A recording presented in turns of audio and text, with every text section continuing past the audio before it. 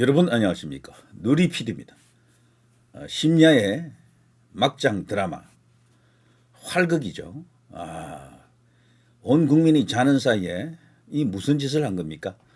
새벽 1시에 김문수 대선 후보를 지위를 박탈했습니다. 취소하고요.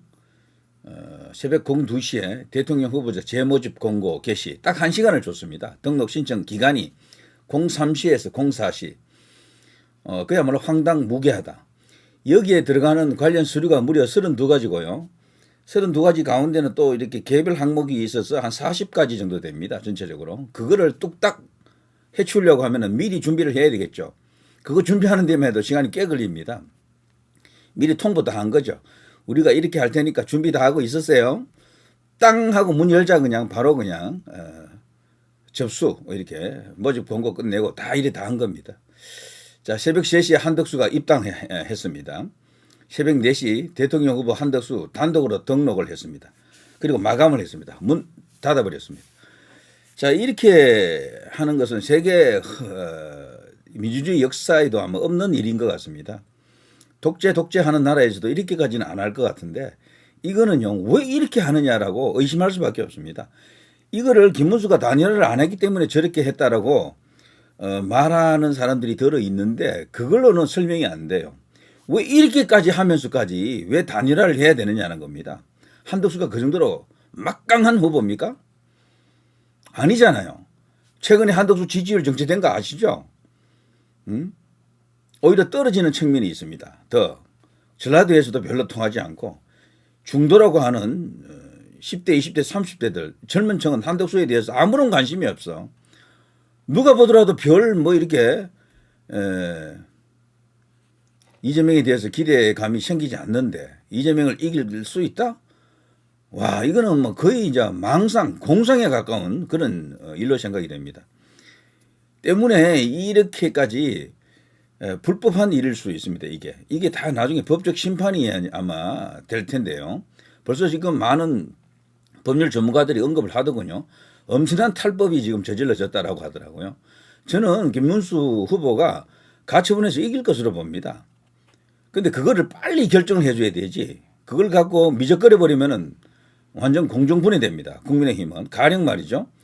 이걸 붙들고 있다가 한 일주일 뒤나 한 열흘 뒤에 인용해 버리면은 국민의힘 후보는 사라지는 거죠, 그냥.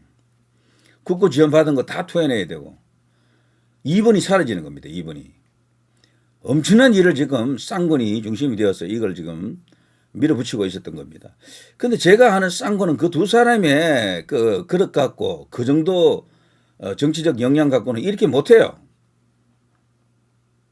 둘이가 총대 메고 잘못될 경우 목을 내놓는 일이잖아요. 그 사람들이 그 정도로 저는 담대하다고 안 보거든. 그리고 세력이 크다라고 안 봐요. 권성동도 그렇고 권영세도 그렇고 자기 세력 없어요.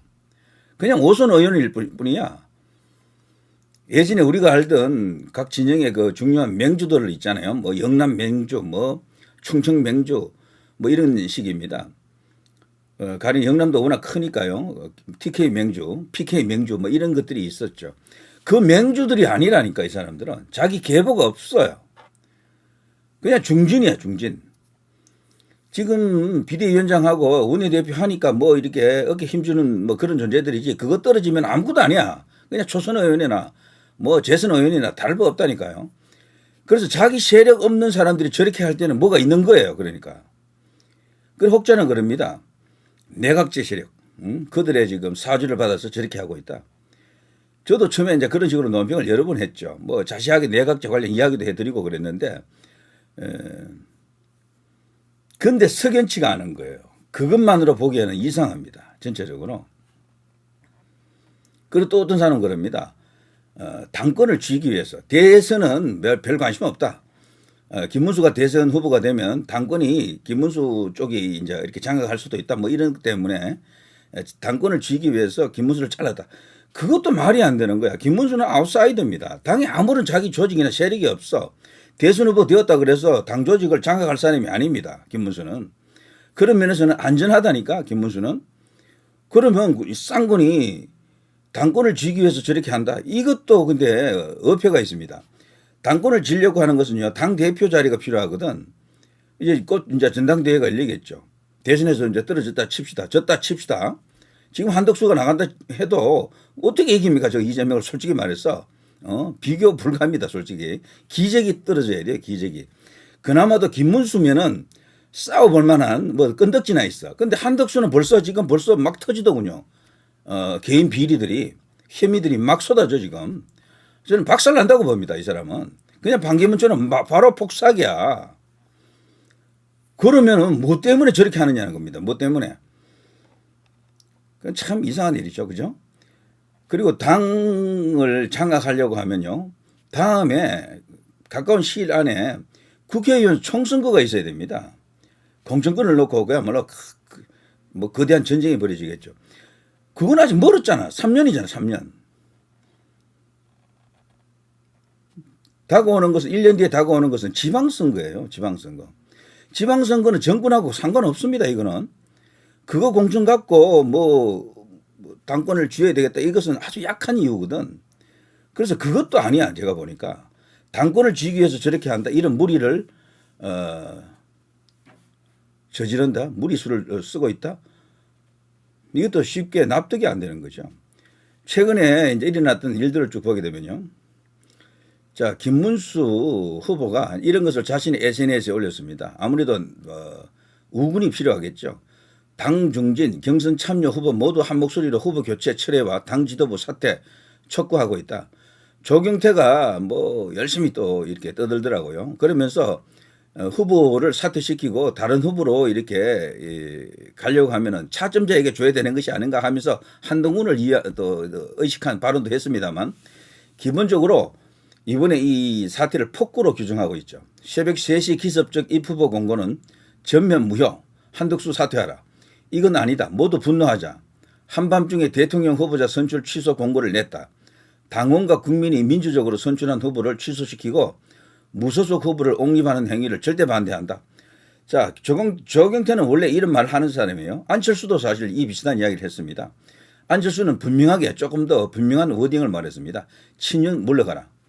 윤 대통령 물러가라 하더라고요. 네. 이번에 이 배우에 친윤과 윤 대통령이 있다라고 이거 직격한 것이다 이렇게 봅니다. 표현을 이렇게 했죠. 이 모든 게 윤 대통령의 영향력 아래서 이루어지고 있다 이렇게 말하더라고요. 자, 그 밑에 김무성 이런 절차로 후보를 교체하는 것은 비민주적이라 생각합니다. 동의할 수 없습니다. 사실 내각제면 이 김무성을 빼놓고 이야기할 수 없잖아요. 이 내각제 세력의 핵심 중에 진짜 핵심입니다. 이 김무성이. 박지원은 이제 나이가 들어서 좀 빠졌어요. 내각제에서. 근데 김무성이 이런 발언을 하는 게 이해가 됩니까? 진짜 내각제 세력에 지금 오더를 받아가지고 쌍권이 지금 칼 휘두르고 있다 그러면요. 김무성이 이런 발언을 하면 안 되죠. 근데 제가 볼 때 김무성은 이번에 쌍권 뒤에 배우가 아닙니다. 자, 계속해서 갑니다. 한덕수는 후보 등록이 불가하다. 이거는 이제 법률 전문가들이 이렇게 보는 건데요. 공직선거법 제49조 제6항은 후보자 등록 기간 중 당적 변경한 자는 후보로 등록할 수 없다고 명시하고 있습니다. 공직선거법 제49조 제6항 후보자 등록 기간 중 당적을 이탈, 변경하거나 둘 이상의 당적을 가지고 있는 때에는 당의 선거에 후보자로 등록될 수 없다. 이번 대선의 후보자 등록 기간은 5월 10일에서 5월 12일이고 한덕수 입당은 5월 10일 새벽이므로 후보자 등록 기간 중 당적 변경에 해당된다. 무소속에서 국민의힘 당적으로 가졌잖아요. 이 경우에도 여기에 해당이 된다라고 이 장진영 씨는 보고 있는 거죠. 한덕수는 후보자 등록할 수 없다. 이런 사람을 당의 후보로 결정한 당 지도부는 응당한 책임을 져야 할 것이다. 이거 자칫하면 말이죠. 김문수 캠프 측에서 지금 지금 가처분 걸어놨잖아요. 그거를 빨리 판결을 하지 않고 며칠 시간을 끌어버리면은 기호 2번 자체가 사라진다니까요. 자칫하면 그렇게 될 수도 있어요. 그러니까 아주 지금 다급한 상황입니다. 뭐 가든 부든 같은 부든 무조건 빨리 결판을 내야 됩니다. 결론을 내려줘야 되는데 근데 그거는 판사 마음이잖아요. 어떻게 나올는지 지금 기다리고 있고요. 자, 김문수 승리 캠프 여기서 지금 김문수 후보가 비장한 각오로 나왔어요. 민주주의 죽었다를 외쳤죠. 끝까지 투쟁하겠다, 싸우겠다. 우리가 알던 바로 전사 김문수, 투사 김문수가 돌아왔더라고요. 지금 그러면서 국민의힘 안에 후보 사무실 있잖아요. 그 길을 지금 뭐 우리 언론 표현으로 하면은 점거하고 있다. 일종의 농성 상태처럼 지금 되고 있는데요. 그야말로 이제 갈 때까지 가는 것 같습니다. 근데 절대로 이제 양보할 수 없는 그런 입장이기도 합니다. 공식으로 당 공식 어떤 여러 가지 과정을 거쳐서 그것도 많은 돈을 냈잖아요. 돈도 없는 분이 무려 4억 원 가까이를 이번에 돈을 썼다라고 합니다. 집을 담보로 걸고 뭐 어디서 융자를 했겠죠. 돈을 많이 빌렸겠죠. 그래서 김문수 개인으로도 이번에 엄청난 일이 되고 말았습니다. 자, 이런저런 상황 속에서 김문수 쪽에서는 절대로 굴복하지 않겠다, 허용하지 않겠다, 단일화에 응하지 않겠다라고 하는 입장입니다. 단일화 하더라도 이런 식은 아니다라는 거죠. 김문수의 단일화는 완전히 다릅니다. 상군의 생각과 완전히 다르다는 거죠. 자, 여기서 중요한 것은 김무성의 생각을 한번 볼 필요가 있는데요. 한덕수, 김문수 찾아 업소했다. 대통령 총리 역할 분담 논의해라. 사실 저도 이걸 이야기한 적이 있거든요. 방법은 이것밖에 없어요. 두 사람이 동시에 다 살아나는 것은. 그런데 김문수 측에서는 이 이야기를 비슷한 걸 했어, 사실은. 그런데 한덕수 측에서는 이걸 이야기를 안 해. 사실 권력 분점을 하면 되거든요. 한 사람은 대통령, 한 사람은 책임 총리. 이렇게 가면 제일 좋아요. 예전에 DJP가 그렇게 한 것 아닙니까? 노무현, 정몽준도 그렇게 합의했어요. 깨져서 그렇지 나중에. 정몽준이 대선 하루 전에 그냥 철회해버렸잖아요. 노무현과 그 연대를. 그런데 실질적으로 그 내용은 뭐 DJP하고 똑같아요. 내가 대통령하고 당신은 뭐 이렇게 책임 총리하고 이런 식이었다고요. 다 그렇게 하는 겁니다. 그런데 이번에는 그 이야기가 없어. 어떻게. 그냥 혼자 독식하겠다라는 겁니까? 그거부터 뭐 잘못되고 있다는 거죠. 그리고 이 김무성이 이런 발언하는 것도 놀랍지 않습니까? 내각제 소위 이제 이 핵심 인물이 이렇게 발언하는 게 어색하지 않나요? 자, 김무성 단식 중단, 후보 교체 비민주적이다. 동의 못한다. 옆에 있는 사람은 유준상이죠. 자, 여기 사진도 뭐 말이죠. 이승만 대통령, 박정희 대통령, 김영삼 대통령 요 세 분만 항상 이렇게 걸어 놓는데 저는 좋든 싫든 공과를 모두 받아들여야 된다고 봅니다. 여기 말이죠. 저는 전두환 대통령, 노태우 대통령 사진도 들어와야 되고 이명박 대통령, 박근혜 대통령, 윤석열 대통령 사진도 올라와야 돼요. 당당하게 좋은 건 좋은 대로 나쁜 건 나쁜 대로 역사를 있는 그대로 받아들여야 된다고 봅니다. 김무성 민주당 입법 권력 독재를 막기 위한 길이 보수 우파 후보 단일화라는 국민 여망을 실현하기 위해 단일화를 호소하는 마지막 수단인 단식을 했지만 그 뜻을 이루지 못하고 단식을 중단했다. 그러나 이런 절차로 후보를 교체하는 것은 비민주적이라는 생각이다. 동의할 수 없다. 자, 김무성 전 당대표 이런 절차로 후보를 교체하는 것은 비민주적이라는 생각입니다. 동의할 수 없습니다. 자, 이 김무성의 영향력 어쨌든 존재감이 워낙 크니까 이제 이런 식으로 김무수 후보도 자신의 SNS에 지금 올리고 있는 거죠. 이런 식으로. 자, 그런데 이 김무성은 두 사람은요, 나이도 거의 같고, 둘이 친구라 그래요. 서로 잘 알고, 국회의원도 될 때도 같이 됐어요. 시작이 같아요. 사석에서는 서로 말도 놓고 뭐 그런 사이인데, 김무성에게 이런 말을 했었죠. 김무성이 있는 자리에서 이런 말을 했습니다. 어떤 모임이 있는 자리였었는데, 김무성 당신은 말이지, 박근혜 대통령을 탄핵한 원죄를 안고 있다. 천년의 저주를 받을 것이다. 이런 발언을 했던 인물이 김문수입니다. 네. 자, 그런 김문수가 지금은 김무성의 발언을 자신의 SNS에 올리고요. 김무성이 지금 어떻게 보면은 김문수에게 지원이 되는 그런 발언을 한 겁니다. 지금 이런 식으로는 안 된다라는 거죠. 이건 폭거다라는 겁니다. 그러면 내각제 세력의 핵심인 김무성이 상권 뒤에서 조종을 한다라고 지금 보통 그렇게 알고 있는데 이건 뭔가 파토나잖아요. 이 핀트가 맞지 않잖아요. 그러니까 내각제로 모든 걸 풀면 안 된다라는 겁니다. 내각제로. 이번에 이 사태는 다른 걸로 봐야 됩니다. 제가 볼 때는. 자, 김문수, 한덕수 단판 생중계 상식 벗어났다. 영양 부족 증거다. 이런 건 생중계하면 안 된다. 그러니까 와 사람들 둘러 앉아가지고 막 응원하고 이러는데 그거는 보여주기 식이죠. 아무도 모르게 밀실에서 두 사람 간에 해결을 봐야 된다. 이게 사실 맞잖아요. 이거는. 김무성 둘 다 영양 부족하다. 어디 들어가 밤새워 합의해봐라. 단식 김무성 상임고문단 특정 후보 지지 안 해. 뭐 이런 말도 했었고요. 단식 농성 김무성 김문수 한덕수 둘 다 영양 부족하다면서 여기 찍힌 사진을 보게 되면은 이 권성동도 한때 이 김무성 영향력 안에 있다라고도 보통 이야기하죠. 그런데 엄밀히 따지면 이 권성동은 MB계입니다. MB계. 네. 그리고 여기 이제 김무성은 YS계고요. 자, 그런데 좀 차이가 있지만 과거에는 워낙 둘의 존재감 차이가 컸었죠. 그래서 꼬붕처럼 보이기도 한다. 이런 말이 있긴 했었어요. 그래서 이 상권 뒤에 김무성이 뒤에서 뭔가 조종을 한다 그러는데 지금 나타난 일련의 이 과정을 보게 되면 김무성하고는 상관없는데 보니까 내각제 쪽에서 움직인 게 아니에요. 지금 저쪽에 한덕수 뒤에 있는 손학규, 뭐 정대철, 이정현 이런 사람들이 중심 인물 아닙니까? 그 사람들이 국민의힘을 움직일 수 있나요? 상권에 대해서 영향력을 행사할 수 있습니까? 안 되는 거죠. 그럼 이 상권은 자기들이 독자적으로 움직이거나 아니면 다른 라인이 있는 겁니다. 다른 라인. 내각제 그런 게 아니에요. 지금 이거는. 그냥 유튜브들이 보면 전부 내각제 그러는데 내각제면 김무성이가 이렇게 말하면 절대 안 되지.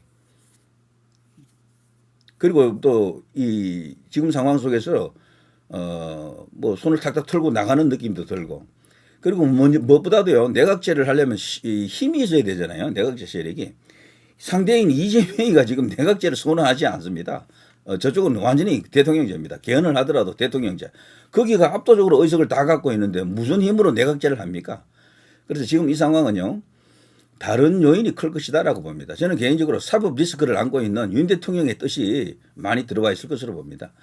그나마도 당을 소수당이지만 지키려고 하는 어떤 의지가 들어와 있다라고 봅니다.